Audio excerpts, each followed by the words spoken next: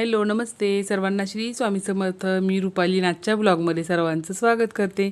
चला म्हणलं आज सकाळी सकाळी गुरुवारची तर दर गुरुवारी माझी सुरुवात वेगळीच असते. पण आता ह्यावेळेस म्हणलं गुरुवारची सुरुवात वेगळ्या पद्धतीने करायची. तर लाईट जाईल म्हणून मी मटकीची डाळ पटापट वाटून घेत होते. आता आमची तर गुरुवारची लाईट नसते, त्यामुळे म्हणलं चला आता मटकीची डाळ स्वच्छ करून घेतली आणि त्यानंतर पटपट, पटपट एकदम वाटून घेतली लवकर, लवकर. का तर मला आहे ना आता सांडगे करायची होती आणि लाईट नसते आमची इथे दिवसभर. त्यामुळे मग मसाला नीट करणं किंवा म्हणजे मसाल्याचं जे साहित्य आहे, मिरची वगैरे ती स्वच्छ करून घेतली आणि त्यानंतर आज मी ना फक्त नाश्त्यासाठी परीला, मला आणि राहुलला आमच्या तिघांसाठी डोसे बनवणार होते. का तर परीच्या पप्पांना उपवास असला की आम्ही खिचडी बनवतो बरं का आणि आमच्या इथे शाबू खूप सगळ्यांना आवडतो. तर शाबूची खिचडी सगळ्यांनाच आवडते. त्यामुळे आज फक्त तेच असतं जास्त करून. पण म्हटलं चला आता चहा आणि डोसे आमच्या परीला तर खूप आवडतात. म्हटलं चला नाश्त्यासाठी तेच बनवूया. तर थोडेसे मी काढून घेतले पीठ आणि हे पीठ तुम्ही 1 आठवडाभर सुद्धा डब्यामध्ये पॅक बंद डब्यामध्ये फ्रिजमध्ये ठेवायचे. तर छान आठवडाभर ते राहू शकतं. जेव्हा लागेल तुम्हाला त्यावेळेस तुम्ही काढून घ्यायचे. आणि चहा तर एका साईडला मस्त असा गुळाचा चहा ठेवला होता. तर मी आता थोडंच करणार होते त्याच्यामुळे मी थोडंसंच काढून घेतलं आणि बाकीचं मी सगळं पॅक बंद डब्यामध्ये झाकून एकदम व्यवस्थित ठेवून टाकते. आणि ज्यावेळेस लागेल ना त्यावेळेस करत असते. आणि परीच्या पप्पांचं म्हणजे गुरुवारच्या दिवशी पूजा चालू असते आणि ती पूजा आमची एकदम सागर संगीत एकदम मस्त सगळं स्वच्छ करून घ्यायचं असतं मंदिर वगैरे. आणि त्यांची पूजा चालू आहे तोपर्यंत मी डाळ वगैरे दळून घेतली. का तर नाश्ता झाला की लगेच आपल्याला सांडगी करायला घ्यायची. त्यामुळे म्हटलं चला नाश्ता तर झाला होता माझा. तर सांडगी कशी बनवते मी माझी पद्धत तुम्हाला सांगते. लसूण भरपूर घ्यायचं आहे आणि मिरच्याही भरपूर घ्यायच्यात. 1 किलोसाठी बरं का. तर आता मस्त असं बारीक पेस्ट पाणी टाकून पेस्ट करून घ्यायची आपल्याला. आणि त्यामध्ये जिरं पण टाका बरं का. खूप छान चवीला छान होतं.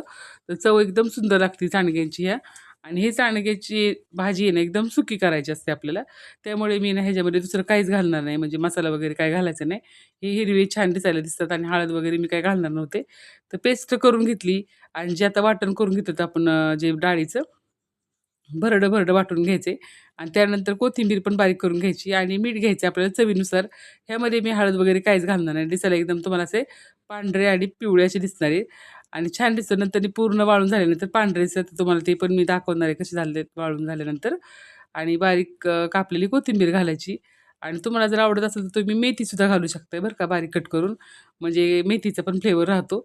तर मी आता कोथिंबीर होती म्हणून मी कोथिंबीरच घातलेली. मेथी तर नव्हती माझ्याकडं. तर ते मेथीचं पण छान होतात बरं का. तुम्ही एकदा नक्की ट्राय करून पहा. म्हणजे आपलं वर्षभर मेथीची भाजी खाल्ल्यासारखं थोडंसं त्याचा फील येतो. असं होतं. आणि आता ही कोथिंबीर म्हणजे तुम्हाला कोथिंबीर घालायची भाजीत गरजच नाही. सांडग्याची भाजी केली की आपोआपच त्यात छान अशी हिरवी कोथिंबीर दिसणार आहे. मस्त दिसतं. आणि असं आपल्याला मळून घ्यायचं आणि सुरुवातीला घट्ट मळू नका. सुरुवातीला पातळच मळा पीठ. का तर ते कसं होतं पाणी शोषून घेतं मटकीची डाळ. त्यामुळे ते आपोआपच घट्ट होत जातं. तर थोडंसं सैलसर मळा. आपोआपच ते घट्ट होतं आणि आपल्याला 2 वेळा मळून घ्यावं लागेल.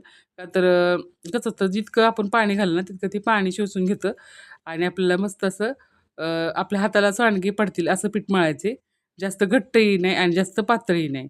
आणि मस्त सगळे मी स्टीलच्या ताटांना अजिबात कोणी तेल वगैरे लावायचं नाही बरं का. बरेच जण मी आता ऐकते तर तेल वगैरे लावतात ताटांना.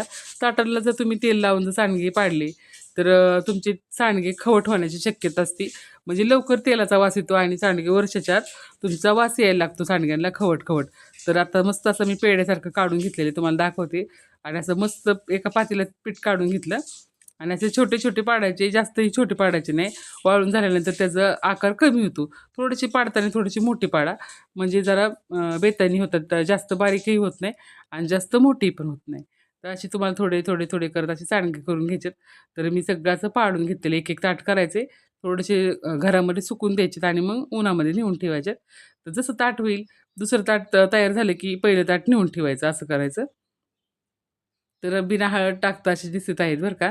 आणि आपोआप म्हणजे हिरवी मिरचीचा पण कलर आलेला असतो त्याला. आणि त्यानंतर आपली जी लाल मिरची आहे, तर परीचे पप्पा मला खरंच खूप मदत करतात बरं का. त्यांना कुठेही असं वाटत नाही, की मी कामाला जातो म्हणजे मी जॉब करतो, मग मी घरचं कामं कशाला करू? त्यांचं कधीच असं नसतं बरं का. मला प्रत्येक कामात त्यांची मदत असते आणि त्यांच्या सपोर्टमुळंच आज मी हे कामं करू शकते. आणि संसार दोघांचा आहे म्हणलं तर दोघांचा हातभार प्रत्येक गोष्टीला लागणं खूप महत्त्वाचं आहे. तर मला प्रत्येक गोष्टीत आम्ही ना असंच गप्पा मारत आमची कामं चालू असतात. आणि प्रत्येक दादांनी ना अशीच घरामध्ये मदत केली ना, तर कुठेही घरामध्ये कुरबुरी चालत नाहीत. तर आहे ना. आणि पुढचं भविष्यातसुद्धा आपण आपल्या मुलांसाठी ही आदर्श आई-वडील म्हणून छान अशी आपले जसं वागणं असेल तसंच आपली मुलं पण आपलं अनुकरण करतात. तर सगळ्यांनी ना असंच गोष्टी लक्षात ठेवायच्यात आणि आपल्या घरातलं वातावरण जितकं होईल तितकं चांगलं ठेवण्याचा प्रयत्न करायचा आहे. चला ह्या गोष्टी तर चालूच राहणार आहे. संध्याकाळचे 4 वाजले आणि त्यानंतर मी सगळे कांदे वगैरे जे वाळले होते, ते सगळे एका ताटामध्ये गोळा करून ठेवले आणि त्यानंतर मला आता घरातल्या स्वयंपाकाची तयारी करायची होती. स्वामींसाठी मी आता नैवेद्य बनवणार होते. तर बनवणार होते शिरा. म्हणलं चला संध्याकाळच्या आरतीला स्वामींना मस्त असा पायनॅपल शिरा बनवायचा आहे.